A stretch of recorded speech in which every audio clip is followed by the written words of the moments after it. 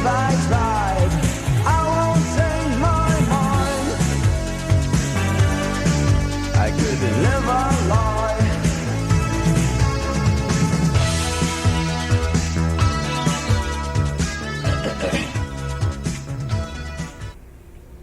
Those were the sounds of Images in Vogue here on CIUT.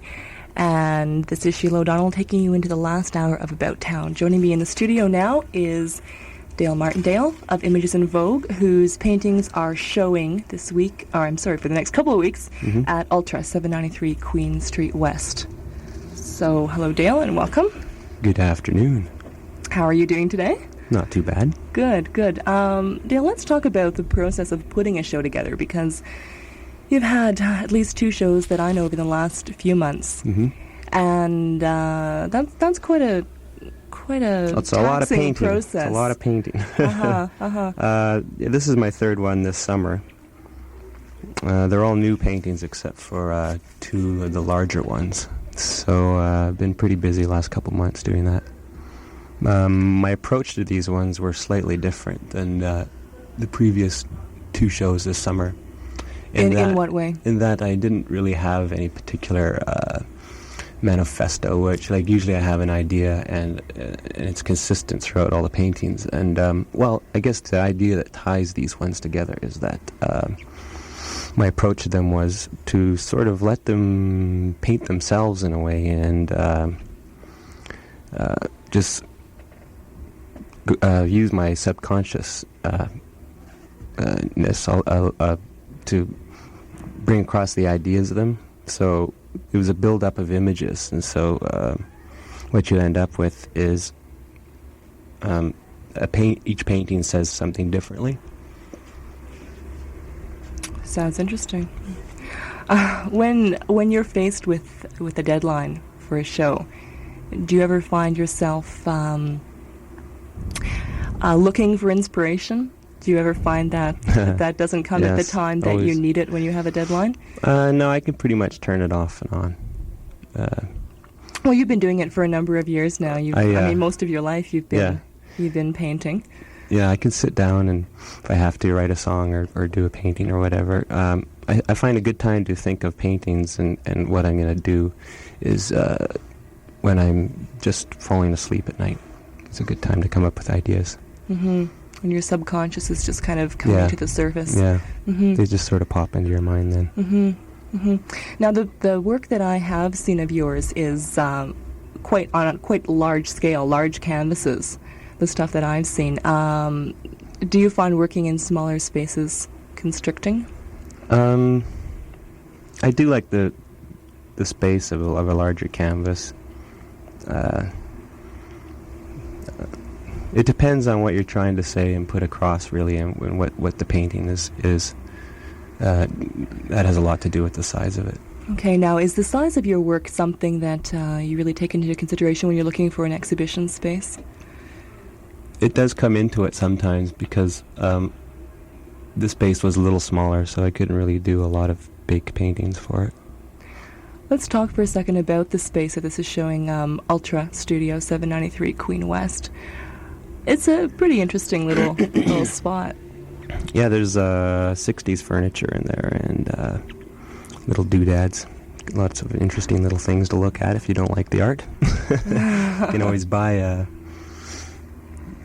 Apollo set of glasses or something like that.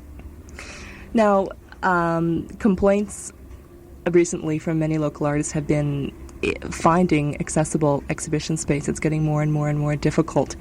How do you deal with that yourself? Yeah, it's just a matter of luck, having the people come to your shows, and one thing sort of leads to another. You have a show and someone comes by and says, I got this space, let's do a show. Is that how this show happened? Yeah, I was doing the thing at 80 Spadina, and John was there, and he liked it, so he decided to put me down at his place. There is a long waiting list at the more commercial Yorkville type spaces, and you have to be pretty established to show in those galleries too. And even the warehouse spaces that are a little bit more out of the city are still really expensive per square foot. It's hard to get people out there. to look at the stuff out there. It's rough. Now, you were participating in Roundup. I guess that was back in June of this year. Yeah, And- June, August. I think, yeah. And that's one of the issues that that Roundup really does try to address is the lack of, well, affordable housing for one thing, for artists in this city, and accessible exhibition space. Yeah. How did you find your participation in Roundup Well, I think benefited you? the idea is great. You know, getting artists together as groups, I think, is something that artists could carry on year-round, because I think it's a lot easier to get a group of artists together and rent a space out than just, try to do it by yourself. I was speaking to an artist last week who said just that very thing. She was wanting to show by herself and just couldn't afford the space. Ended up, now she's doing a show with about 9 people. Just It's a because good that's, idea, yeah. So she's turned into the curator of the show as a result. Oh, yeah. But- What space did they have? They're at DuPont and College. Oh, yeah, there was a show out there a couple years ago. It was Mercer Union. Mercer Union, Is that what it's called? Yeah. So that seems to be something that a lot of people are looking at, of having to not do it solo. Yeah. Now, this show is just your stuff, or are there other people showing too? Yeah, it's just my show. Okay, and everything is for sale? Mm-hmm. Is that Except, right? yeah, three of the larger ones aren't. First, they're sold. But there's about 9 paintings that are for sale. You traveled to Europe back, I guess, early part of this February, year. March. And you were purchasing some... Yeah, Eastern Europe. Went to Budapest and Prague and various other places in Eastern Europe, and met a lot of artists in art schools, and we just sort of went to the bars and stuff where they hung out, and went over their studios and looked at some of their things, and picked up some really good artwork. Brought it back here and had a show, and hopefully we're going to go back next spring and do the same thing again. I guess it's difficult for those artists to have that opportunity to show outside of their country. First of all, because a lot of them were just young, unestablished artists that we were talking to. We met a fellow in Prague who was quite established and has had shows in California and Vienna, and he's been in Flash Art a few times. So he was a little more established than some of the other people we met. But there's a lot of good work out there.